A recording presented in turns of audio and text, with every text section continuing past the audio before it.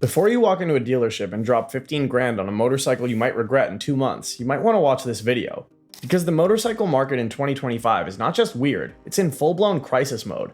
I'm talking unsold inventory piling up, prices going sideways, and dealerships looking more desperate than your ex texting at 2 a.m. after 3 margaritas. So what exactly is going on in the market? Look, there's no nice way to say it. The US motorcycle market right now is bleeding. In the first half of 2025, new motorcycle sales dropped nearly 8%. And when April and May both came in negative, with May down about 5.6%, it wasn't just a hiccup, it was a warning sound. Dealership foot traffic was crashing. We're talking about 40% drop across the board. Online leads cut in half. That's not just a slowdown, that's a market looking around and saying, wait, did everyone stop riding? Now here's the awkward part. Despite that steep drop in demand, prices haven't exactly come down to match.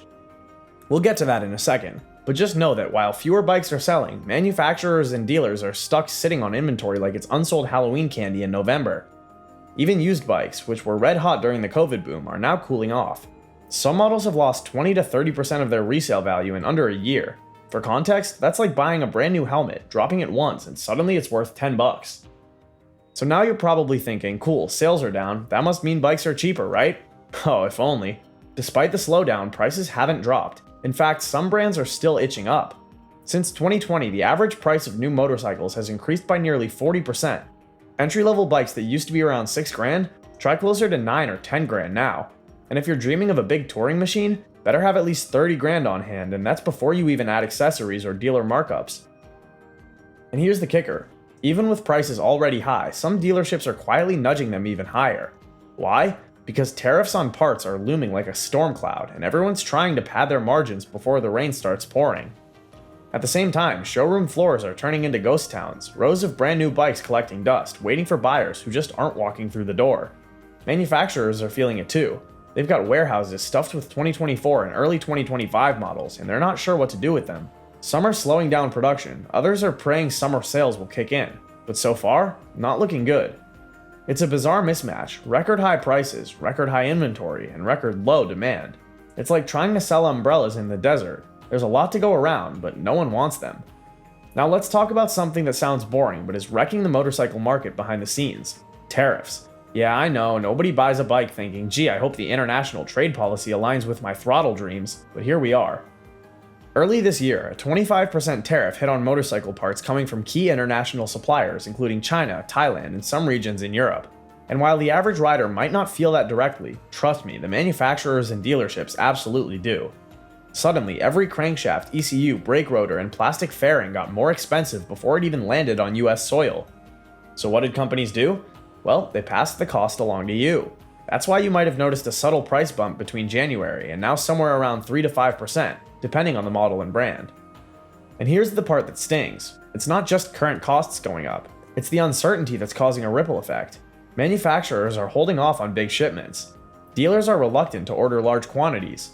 Everyone's stuck in this nervous limbo asking, if I import 100 bikes now, will the next round of tariffs kill my profit? Harley-Davidson even pulled its entire full-year forecast because of this.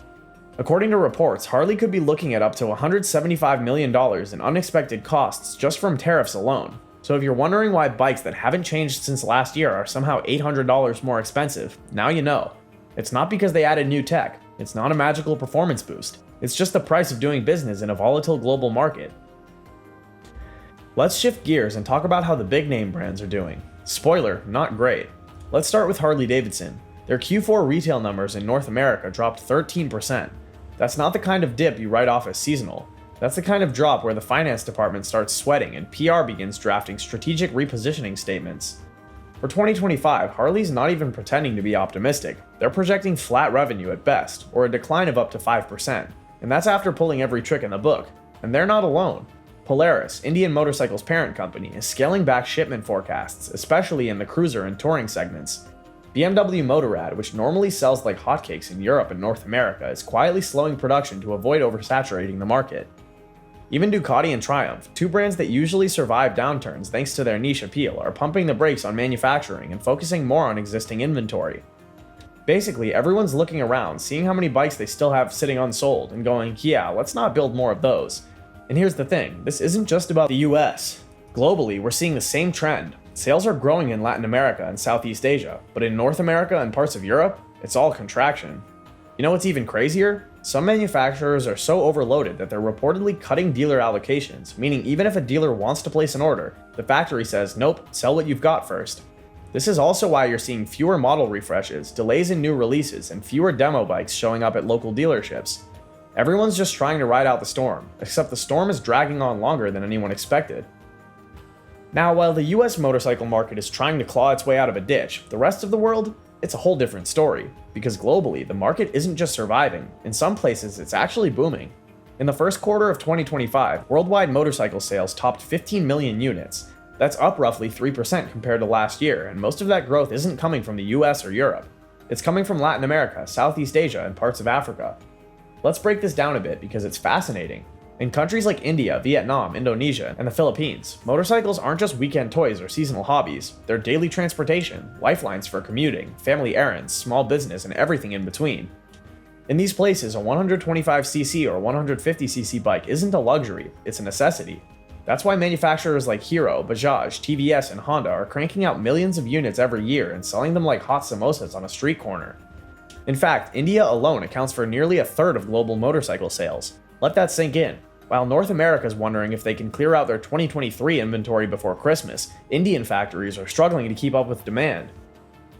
And it's not just about quantity. Some of these regions are starting to shift toward electric scooters and motorcycles, especially in urban areas. With gas prices rising and environmental concerns growing, more people are ditching the pump and plugging into the grid. Companies like Ola Electric, Aether Energy, and Yadea are dominating the EV space with affordable, lightweight, commuter-focused machines that can zip through city traffic and charge up for pennies on the dollar.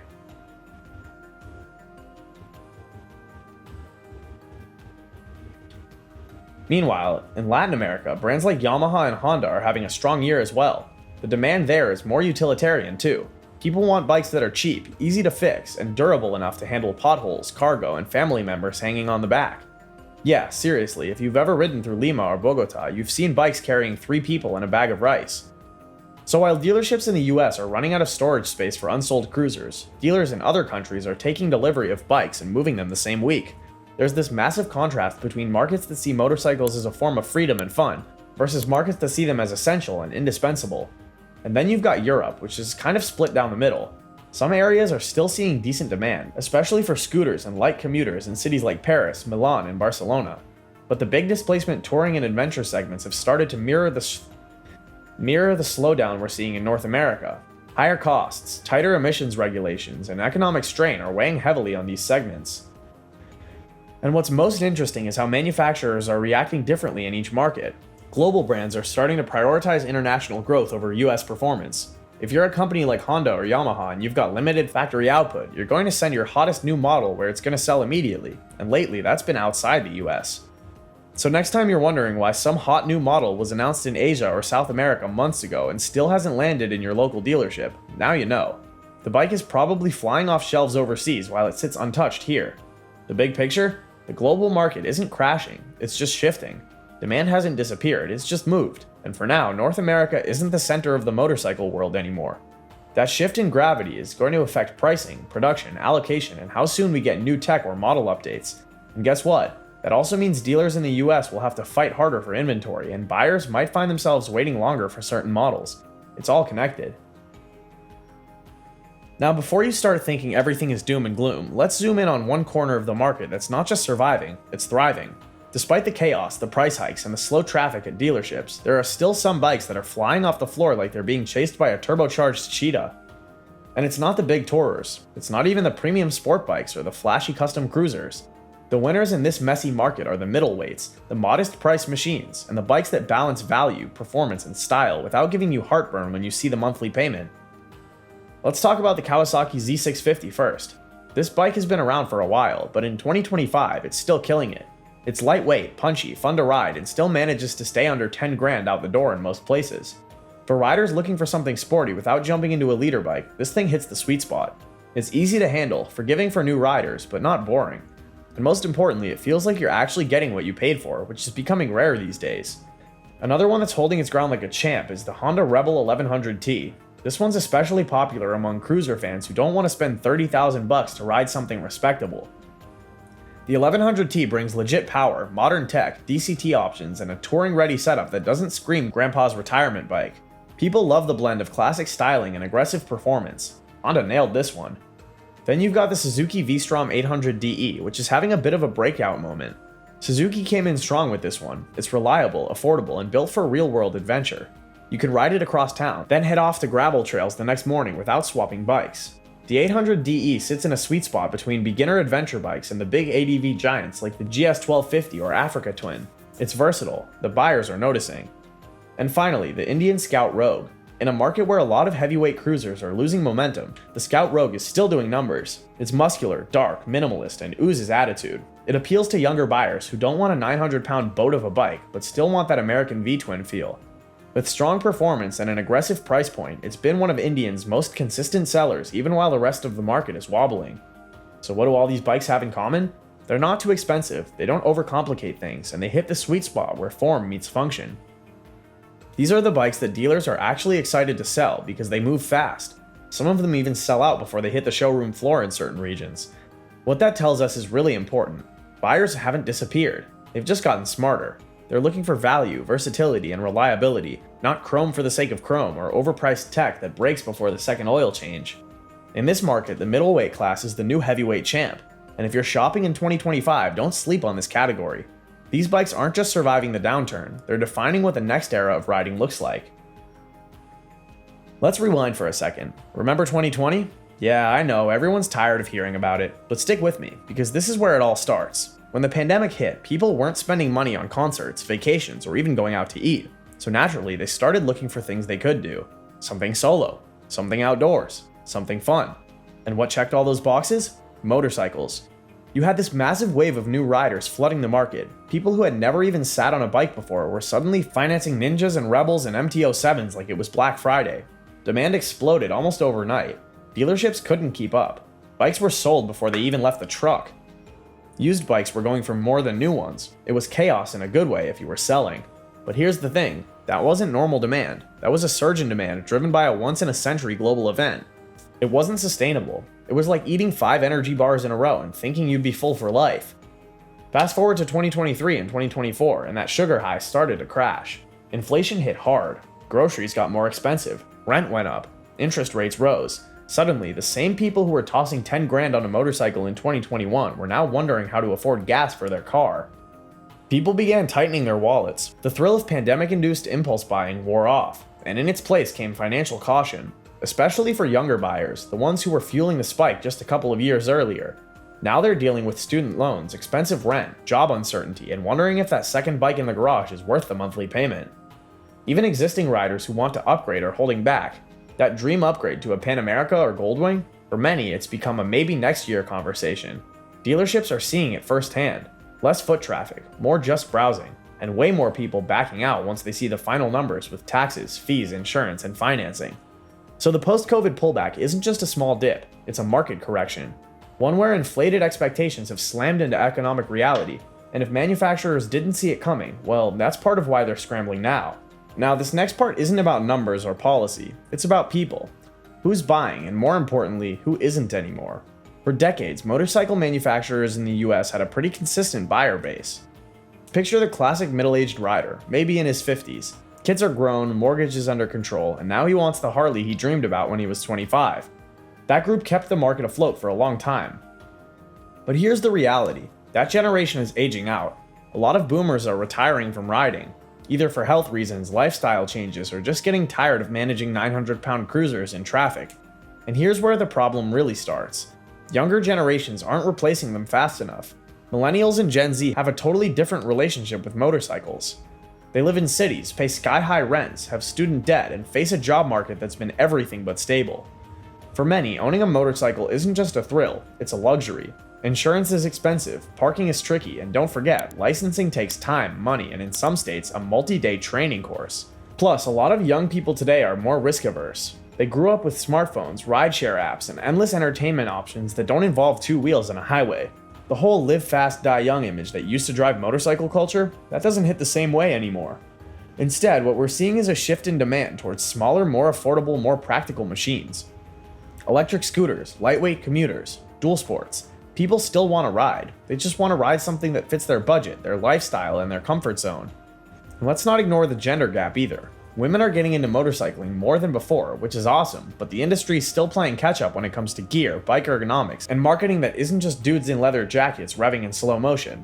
So what you've got is this widening mismatch. The traditional big bike buyers are fading out. The younger generation wants something completely different, and many of the manufacturers are still caught somewhere in between, unsure whether to double down on nostalgia or to pivot to the future. Until they figure that out, the demand curve is going to keep looking weird. And that's a big reason why this market feels like it's stuck in limbo right now. So between the post-pandemic spending pullback and this massive generational shift in who's actually buying motorcycles, it's no wonder the market feels upside down. But don't worry, we're not done yet. We need to talk about the elephant in the showroom: cost. Because if you've tried shopping for a new motorcycle lately, you already know the deal. Prices are up, and not by a little. In some segments, they're up by thousands.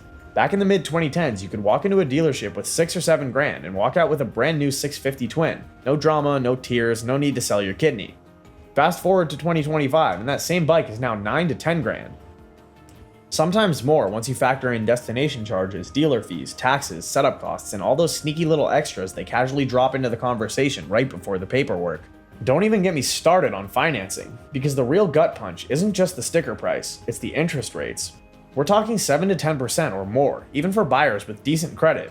Suddenly, that $11,000 middleweight is costing you $14,000 over 5 years, and that's before you even buy a helmet. Now let's take a step back and look at this from the buyer's perspective. Gas prices are high, groceries are up, rent is up, wages? Not so much. And yet motorcycles, which used to be seen as a cheap way to get around, are now sitting in that weird zone between want and barely justifiable luxury. This hits especially hard for first-time riders, the people the industry desperately needs to bring in. They see a new Rebel 500 priced at $8,000 and they think, cool. Then they walk out with a financing sheet showing $11,500 after fees and interest. Now that cool is starting to feel a lot more like cold sweat. Even the gear has gone up. A decent helmet that used to cost $150 is now closer to $250. Add in a jacket, gloves, boots, maybe even rain gear, and suddenly the cost of getting into riding starts at $12,000 minimum, even for an entry-level bike. And that's assuming you don't want ABS, traction control, or ride modes, which most people do want, especially new riders. The minute you start adding those features, you're into the $10,000 territory easily. Now pair all that with soft demand. People want bikes, but they're picky now. They're cautious. They're looking for deals, and when they don't find one, they walk away. This isn't 2021 anymore. The days of people paying over MSRP to lock in a model are gone. Buyers have leverage, but the prices haven't fully caught up to that shift. And here's where it gets messy. Cost and demand are now feeding off each other in a negative loop. Prices are high, so fewer people buy. Fewer people buy, so manufacturers cut production. Manufacturers cut production, which increases unit costs, which keeps prices high. It's like trying to fix a leak by turning the faucet on harder. Doesn't work. Some brands have started offering discounts and incentives, but they're often limited, only on certain models, or wrapped in confusing financing gimmicks that most buyers don't trust. It's not enough.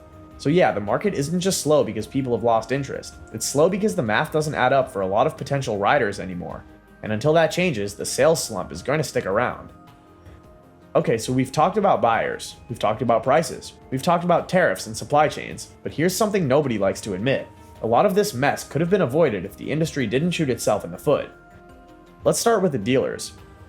Back during the boom years of 2021 and 2022, many dealers got greedy. Plain and simple, bikes were selling like crazy, inventory was flying out the door, and instead of riding the wave responsibly, they started tacking on massive markups, sometimes $2 to $5,000 over MSRP, especially for high-demand models. You had bikes like the Yamaha R7 going for $11,000 or $12,000 when the MSRP was supposed to be around $9,000. Same thing with adventure bikes, cruisers, and even some beginner models. It was wild. And you know what that did? It trained customers to distrust dealers. Riders started shopping out of state. They started posting dealer horror stories on forums and Reddit. They started waiting. And worst of all, they started leaving the market altogether. But it wasn't just the markups, it was the fee stacking. You walk in thinking you're getting a good deal, and suddenly there's a $900 destination charge, a $500 setup fee, a $300 documentation fee, and a $700 market adjustment tacked on. It became a joke, and not a funny one.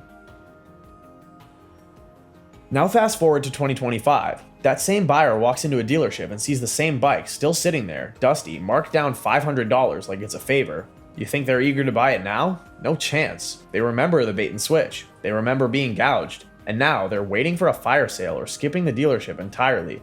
But wait, we can't blame just the dealers. The OEMs, manufacturers, they messed up too. When demand exploded during COVID, many brands ramped up production aggressively. Too aggressively. They assumed the boom would last forever and they built inventory like it would. But when that demand slowed, which every economist warned would happen, they got stuck with overstocked warehouses, unmoved models, and a distribution network that couldn't handle the slowdown. Worse, many OEMs doubled down on high-end models, big cruisers, expensive adventure bikes, luxury tourers, thinking that buyers would keep spending like it was 2021. Meanwhile, the entry-level and mid-range bikes that younger riders could actually afford, those were harder to find. Dealers had gaps, buyers were frustrated, momentum was lost. And don't forget about marketing. A lot of the ad campaigns over the last few years still target the heritage buyer, the guy who's been riding Harleys or Goldwings for 30 years. But the real growth market? That's urban riders, commuters, women, younger adults who want something light, stylish, affordable, and practical. Most of them never even see those traditional ads, let alone respond to them. So what you had was this perfect storm. Dealers alienating customers with sketchy pricing practices, manufacturers building too many of the wrong bikes, and both sides completely missing what the next generation of riders actually wants. It didn't have to get this bad, but now that it has, everyone's scrambling to course correct. Dealers are slashing prices in secret just to move units. OEMs are canceling production runs and delaying launches, but for a lot of buyers, it's too little too late, and trust takes a long time to rebuild. So what should motorcycle buyers do in 2025? First, be patient. If you've been holding off on buying a motorcycle because the prices have been giving you high blood pressure, you are right to wait. And here's the best part, that patience is about to pay off. Why? Because the market is starting to bend. Manufacturers are starting to see slower retail movement.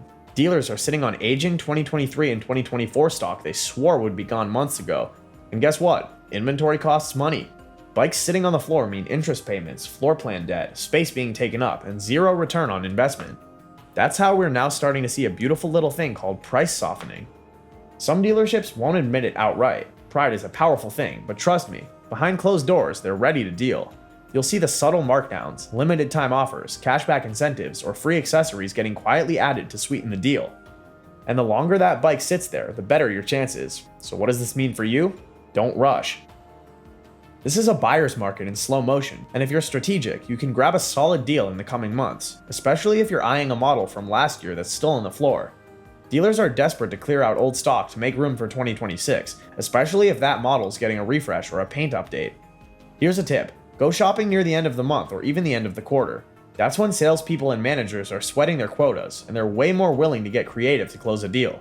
Also, don't be afraid to ask straight up, what's the real number on this bike? Not the sticker price, the number you'd actually take to move it today. It shows you're serious and it forces them to drop the games. 2025 isn't the year to impulse buy, it's the year to time it right. Also, try not to fall for gimmicks. Once you're inside the dealership, here's where things get interesting, because while prices are starting to come down, some dealers are still clinging to their bag of tricks, and you need to be sharp. You'll see stuff like 0% financing or no payments for 90 days plastered on the windows, but what they don't tell you is the interest rate kicks in after the intro period, and it's usually ugly, or that you'll be forced to buy into an overpriced extended warranty to qualify. Then there's the prep fees, admin fees, and my personal favorite, the market adjustment, which is dealership code for we think this bike is hot, so we're going to charge you more than it's worth. Don't buy into it. You need to treat buying a bike like buying a car in this market. Do your research, know the MSRP, know what other people in your area are paying, and most importantly, know when to walk away. Here's the game plan. Get quotes from multiple dealerships, even if it's a few hours drive away. Use these quotes as leverage. Bring a calculator. Don't let the monthly payment distract you from the total cost. Ask for out-the-door pricing, always. That's the only number that matters. Check insurance costs before you buy. You don't want to score a deal on a Ninja 1000 only to find out your premiums are $400 a month. And if they try to pressure you with someone else is looking at this bike today, or this deal won't last, just smile and say, then I guess I'll wait for the next one. Dealers need you more than you need them right now. This is the year of buyer leverage. Don't waste it. Another important thing is to know which bikes are worth targeting. If you want to make a smart move in 2025, you've got to know which bikes to chase and which ones to leave alone. No matter how pretty they look under showroom lights, let's start with the sweet spot, mid-range bikes. No matter how pretty they look under showroom lights. Let's start with the sweet spot, mid-range bikes, especially models from 2023 and 2024 that haven't seen big updates. Think Suzuki SV650, Yamaha MT-07, Kawasaki Z900, Honda NC750X, and KTM 390 Adventure. These bikes are solid and proven, and many dealers have leftover stock. That means deals are in play. These models are practical and versatile, and in some cases, they're getting small cosmetic tweaks in 2026, so dealers are extra motivated to move the current stock. Also keep an eye on used bikes with low mileage. The market's cooling, which means private sellers who bought bikes during the boom are realizing they can't justify the payments anymore. If you're patient and know how to negotiate, you can find used bikes with less than 2,000 miles at 20 to 30% off what they paid brand new. On the flip side, avoid bikes that are brand new for 2025 with lots of hype. Those are the ones still getting MSRP markups and low availability. Things like new Ducati Desert X variants, limited edition Harley CVOs, high-end BMW GS updates, anything with special, elite, or rally pro in the name. They'll come down eventually, but in early and mid 2025, they're still being treated like hotcakes. If you really want one of those bikes, wait 6 months. Let the hype cool. The same dealers refusing to negotiate in April will be calling you in October asking if you're still interested. So here's the bottom line. 2025 isn't the easiest year to buy a motorcycle, but it can be the smartest if you play it right. Patience is your power, information is your weapon, and in this kind of market, the deal goes to the rider who's willing to wait, ask questions, and walk away when it feels off. There are good bikes out there, great bikes even, but now more than ever, the goal isn't just to buy a bike, it's to buy the right bike, at the right price, at the right time. And if you do that, you'll be riding into 2026 ahead of the pack.